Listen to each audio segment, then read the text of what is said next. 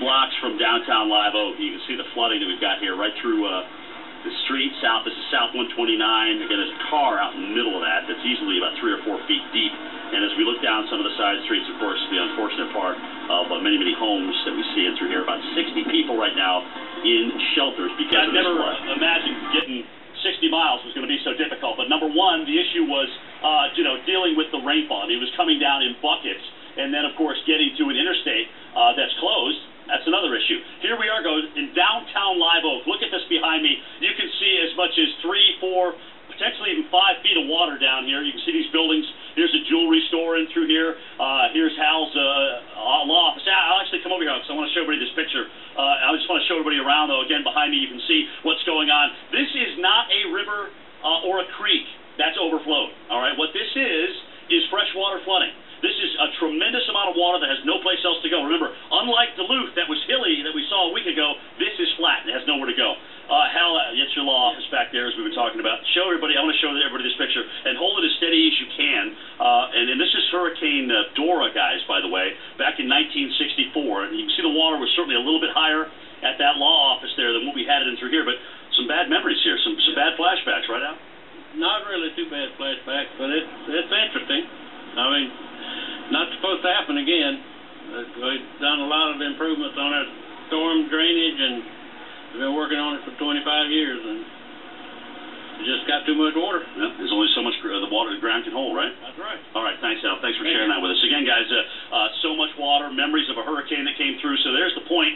Whether it's a hurricane, tropical storm, depression, whatever, it doesn't matter. When something's moving that slow, it's going to cause some major problems. But you saw the pictures of the interstate and certainly how difficult it is right now. Again, I-10 heading east toward Jacksonville is closed. That's why we are here in Live Oak to keep you updated on just a tremendous amount of flooding and water that has occurred here. I can't believe we've had almost 30 inches to my west, but that's exactly what we've had.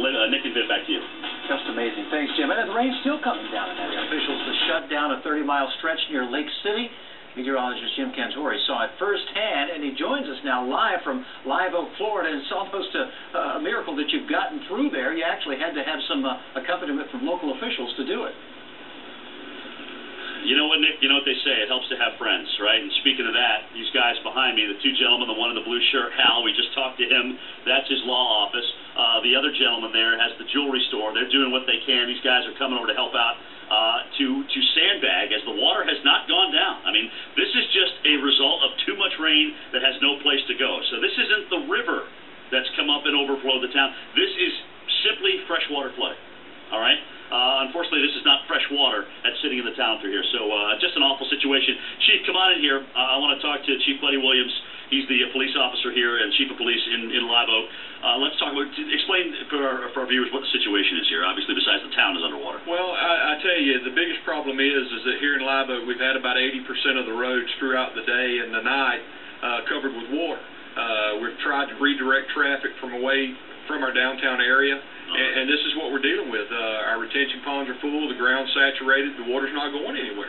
And so, I mean, how many people have had to be rescued from their homes, too? I mean, obviously the water's in people's homes. Right. Well, we've got about 60 people right now in the shelter, the one shelter that we have open now.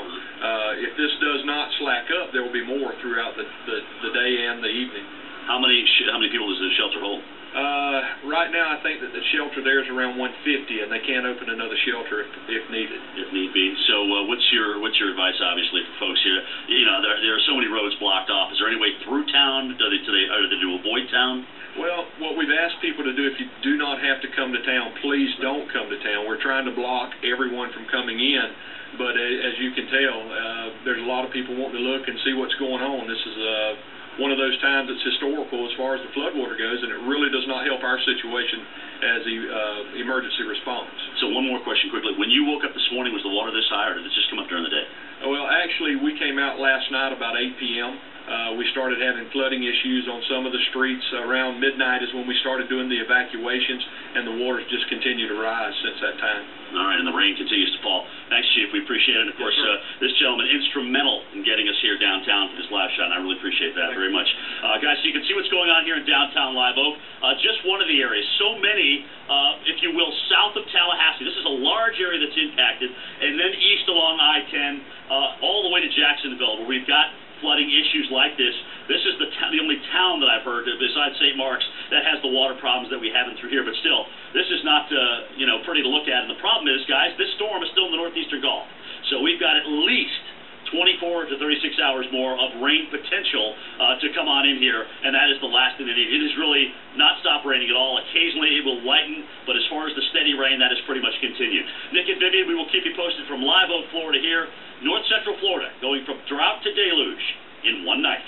Back to you. Down Interstate 10, had to have a police escort to get through. He joins us now live from Live Oak with the latest, and with the water so high and the rain still coming down, Jim, I'm wondering if maybe it might go even higher. That is always the possibility. With Hurricane Dora, we had another 6 to 12 inches from where we had and through here, so it easily could go higher. And what's amazing about this, Nick, is it's not a river that's cresting or coming up. This is just simply freshwater flooding. The fact that we've had 16 inches of rain, at least, in less than 24 hours with no place for it to go. Again, guys, you can see behind me here a lot of these buildings underwater here, water inside. This is as high as probably down in the middle of the street, about 3 to 4 feet at this point. So we've got huge issues. I want to show you a different perspective here. Here am I from our mass cam. This is from the truck. All right, so you can see where we are down and through here in the middle of the street. This is right where Highway 90 meets 129. Now we'll pan over to the left. So we'll move south, if you will, and you can see it's not just this street here in the downtown area that's flooded, but it is another as well. So, again, just a large amount of water in these buildings. We're seeing folks trying to sandbag in the front here. You can see these sandbags that are in the front of these buildings. They've had to add a couple, too, Nick, to be quite honest with you. And what one gentleman is trying to do, and we'll talk to him next half hour, is he's trying to pump the water back out through the back, and they've lowered the water about 4 inches thus far. But, of course, as you know, water will find its way in. Guys, there is a huge sinkhole between Lake City and Live Oak, so where I am and to my east on Highway 90. And that's a major thoroughfare here. That's right on the road I'm standing on. If you were to go east on that, you go into Lake City, Florida, but there's a major sinkhole right in the middle of that road, which is blocking that one. Now, if that were to occur east of Lake City, something like that, now you've blocked off the only way of getting from Lake City to Jacksonville without going some bizarre route. So we're starting to see roads washing out, undermined, sinkholes. This is an incredible situation here in northern Florida from a storm that has not made landfall yet, and we could still deal with rainfall for the next 24 to 36 hours. 2 tropical storms in 2 months doing a big job on North Florida. Stick around.